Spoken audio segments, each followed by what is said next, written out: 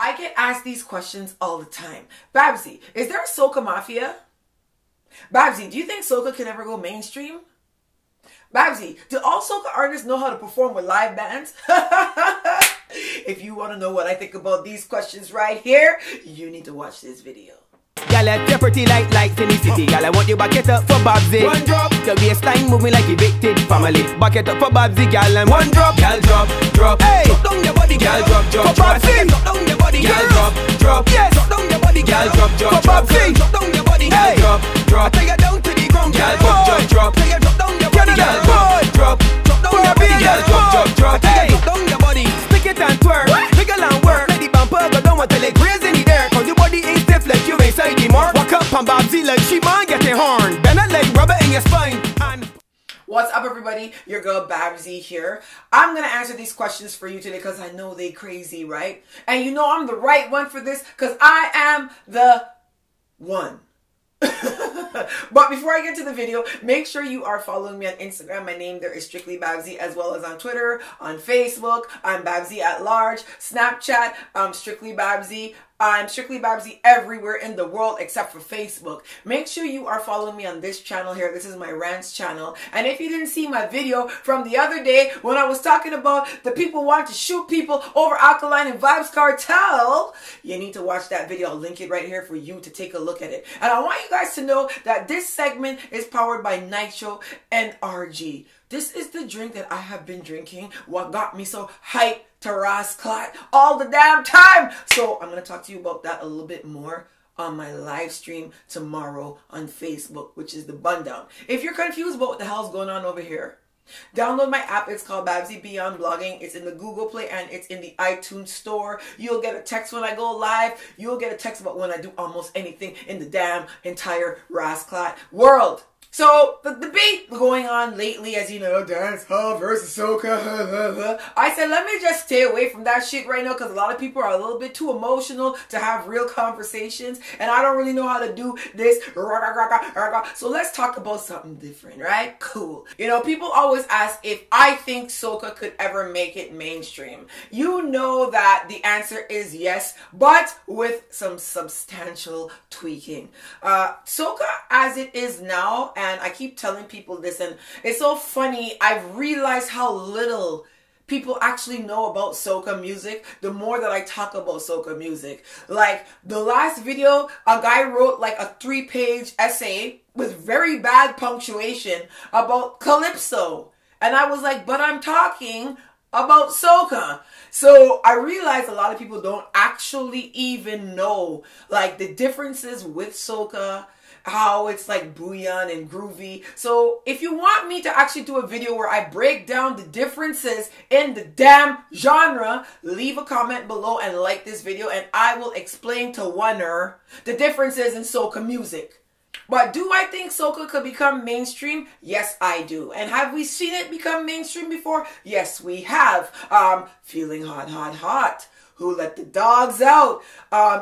Tempted to touch, turn me on, roll it, gal. A few songs have made it big onto the mainstream market, but there's reasons for that. The soca songs that really tend to gravitate internationally or cross over into mainstream tend to be the soca songs that are slower, the groovy soca songs. I don't think that pace soca will ever become mainstream because people just can't dance to that. You know what I'm saying? Like, yeah, they can dance to techno music, but the drum pattern in pace soca is so different that unless you got that African kind of vibe going on, you're going to really struggle when it comes to dancing to soca music. And for that reason, I don't see it becoming mainstream because people want music mainstream that they can dance to. You know, it's funny because the other day I was driving home and I heard Fast Wine by Machel playing on like one of those regular radio stations here in Toronto, which is very odd. Like, it wasn't a Caribbean station.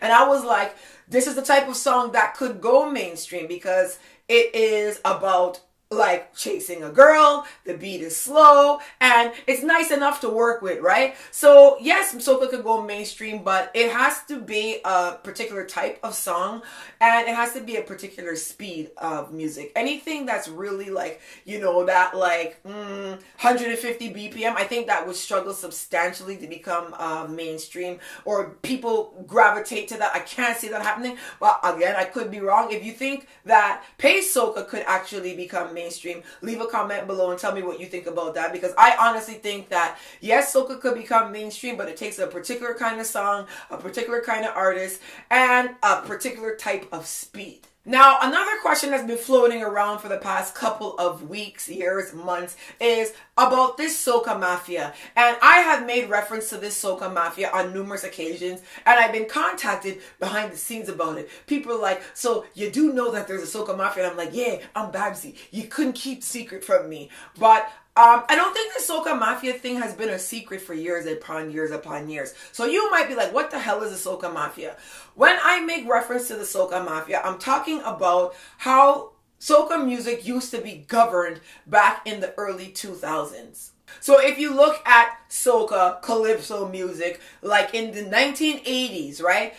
You know, Beckett, Porsa, Winston Soso, Gabby, Griner, Red Plastic Bag, you know, Penguin, Shadow, these types of artists, right, that were around for years, Super Blue, they were not separated by nationality. So it was like Beckett, the soca artist, calypso artist, the Calypsonian, Inspector, the Calypsonian, Val Adams, the Calypsonian, Gabby, the Calypsonian. Now it's like Lil Rick, the Bajan soca artist, you know, Ricky T, the St. Lucian soca artist. So it's like, now you see that there's this distinction between where that artist comes from. And I don't know, I shouldn't say I don't know why that started. I do know why that started, but I don't think it was a good look for soca. But in the end, it's starting to work for soca, which is why the Soca Mafia is dying. Now, I made reference to the Soca Mafia when, you know, MX Prime, my peoples, did, you know, Full Extreme with Ultimate Rejects. And I was like, if Soca Mafia has a say, he will not win Road March. If Soca Mafia does not have a say, he will win Road March. He did win Road March, which is showing how Soca Mafia's grips is dying. Now, what that was in my mind was when I was, especially in my late teens, early 20s, I traveled a lot, which is why I'm the Caribbean ambassador, right? So I used to go to this event, that event, Carnival here, this, like, everywhere I was going. And what I realized is that when I would come back to Toronto, to Fets in Toronto, it seemed extremely intentional to me that a lot of songs were not getting recognition on the Toronto scene. And I couldn't figure out why that was happening. So I would go to Vincy Mass and come back and hear nothing Vincy for the entire year. And I'm like, but this tune was big, this tune was big, this tune was big. You know what I mean? You go to Antigua and then you get to hear the One Burning Flame songs that these DJs wanted to play. And I was like, why is this happening? And I realized that back then, most of the DJs around the world who were very popular were Trinidadian DJs. And what was going on back then is if you were not big in Trinidad, had major radio play in Trinidad, were doing events and shows in Trinidad, you basically did not exist in the soca world. So a lot of artists basically had a very hard time in the early 2000s to get out there because it was like, oh no, Lil Rick is from Barbados. And I mean, I'll go into that story another day with him and Denise Plummer, which basically locked him out of Trinidad for years. But it was like Rick was always kind of the underground soca artist that was out there. Now that he's been going to Trinidad, Marshall Mondays, his career changed. But in the early 2000s, he really couldn't even go on any of the events in Trinidad. And you've seen the difference in the artists who could go and perform in Trinidad and how their careers would pan out for the rest of the year. So now that Soca Mafia has kind of crumbled. And what made it crumble was internet radio. So once the internet radio thing started to buzz for soca, you started to have DJs who were not as popular but they started to make mixtapes. They started to make, like, you know, all these different ways of putting their name out there. So then you had a guy like Tragic the Bajan Yankee, who wasn't the prime time DJ in the big clubs for soca, but he had the hardest CD out on the road. So then when you would get his CD, you would hear, you know, songs from people you've never heard. So then what started to happen now is the more and more and more people who start to get exposed to the music back home, because they couldn't go to Crop Over, they couldn't go to Spice Mass, they couldn't go to Vincy Mass, but now they have a whole CD of 90 minutes with songs that are hard. It was like, yo, DJ so-and-so, play this by Monster Vibes. Y'all watch your bumper and watch your fender. And it's like, you don't have it, you suck. So the pressure started to come on because of the internet.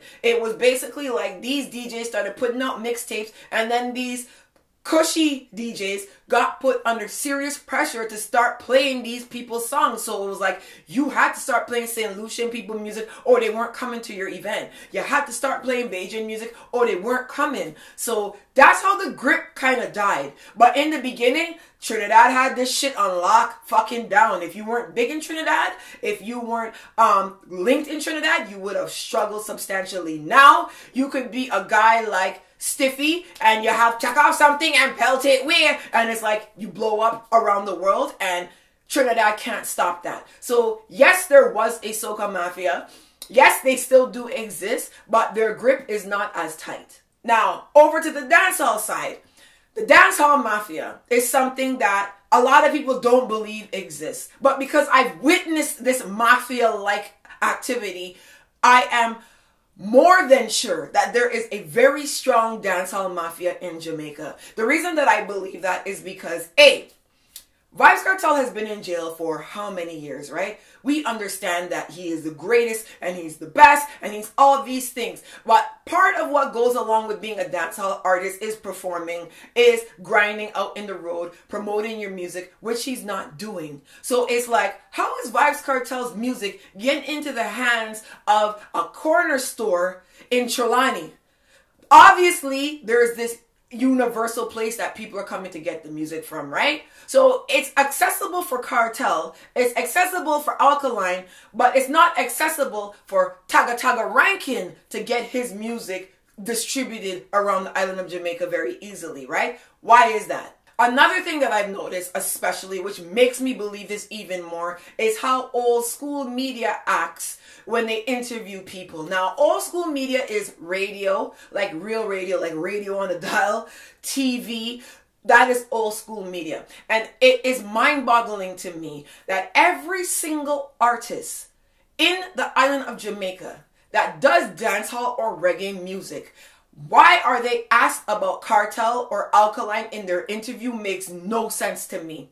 Watch the interviews that you see coming up over the next couple of weeks by anyone. So you're an artist, you get a 5-minute window to get on a show with Winford Williams, with Anthony Miller, and they're asking you about what you think about Kartel, what you think about Alkaline. That doesn't seem normal to me. That is very abnormal, because if you look at Rick Ross, he's promoting an album.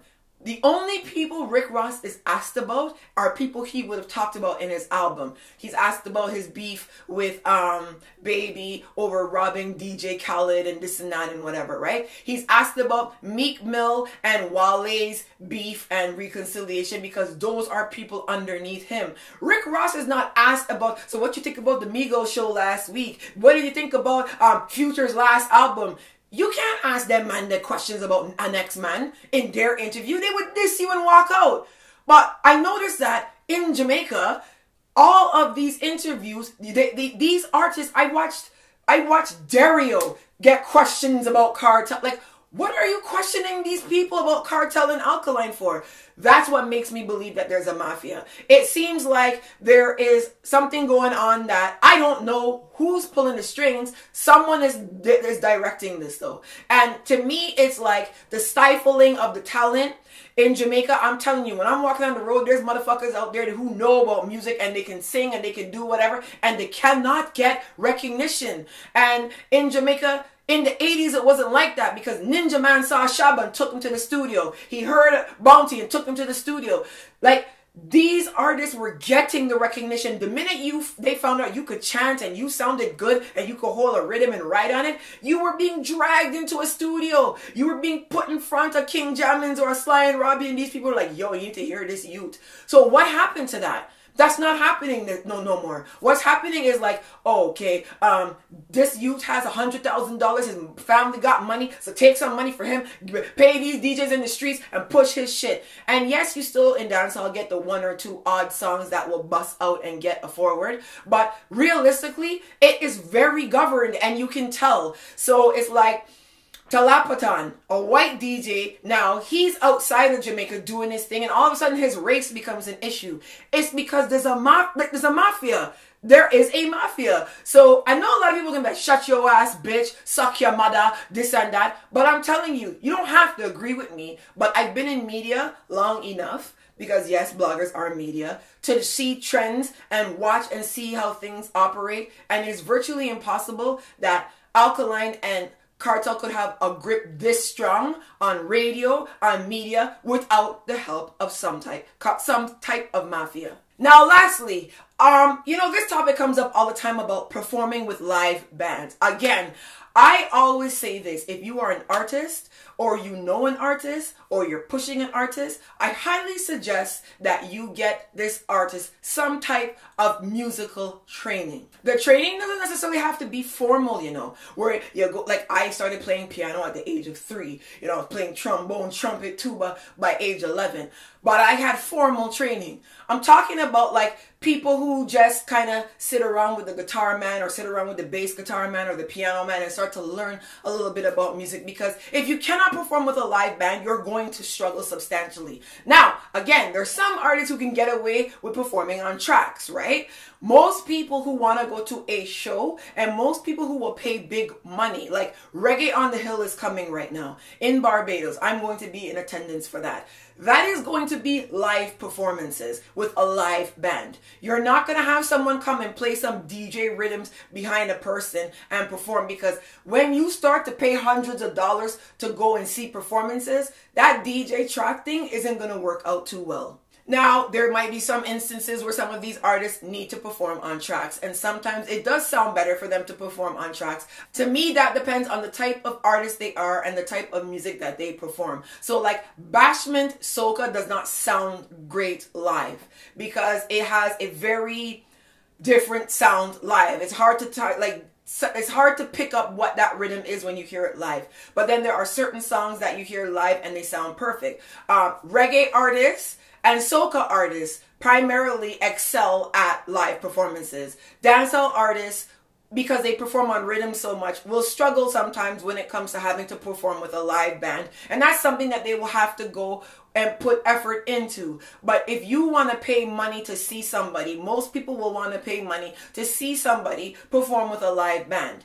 Now, I was watching a segment the other day with Skinny Fabulous.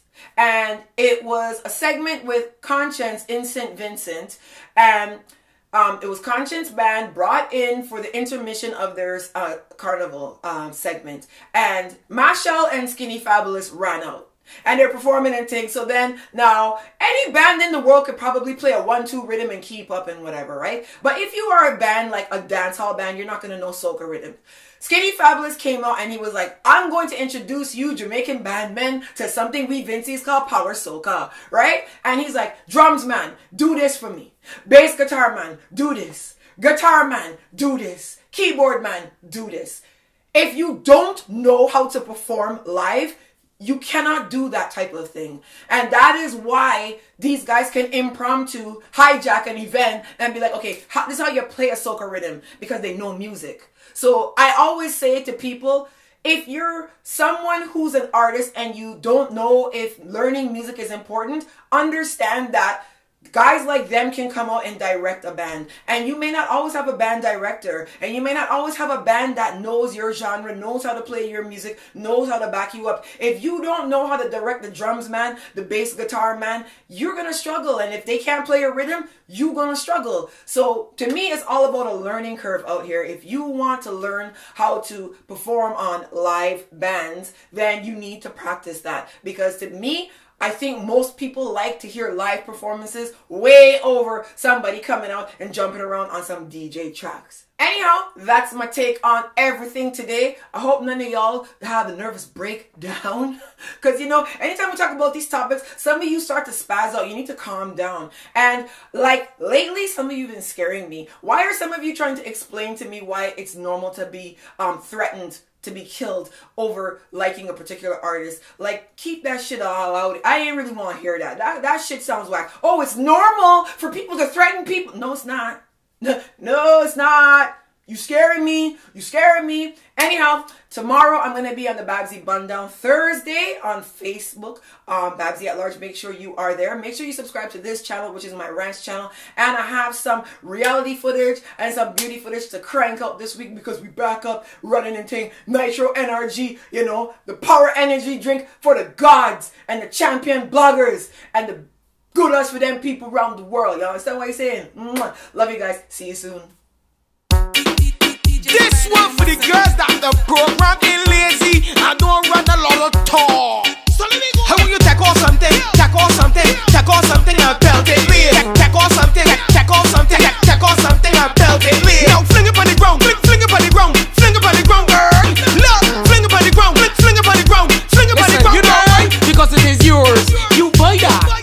Enough other girls can't try that. Them can't wear in the seat. You want mesh on it. Got your power deep in the flesh. Girl, you can wear what you want to Clorox. When you back it up, you smell it wet sauce. Them kind of girls got enough talk for you. And the toes burning them call the bar them shoes.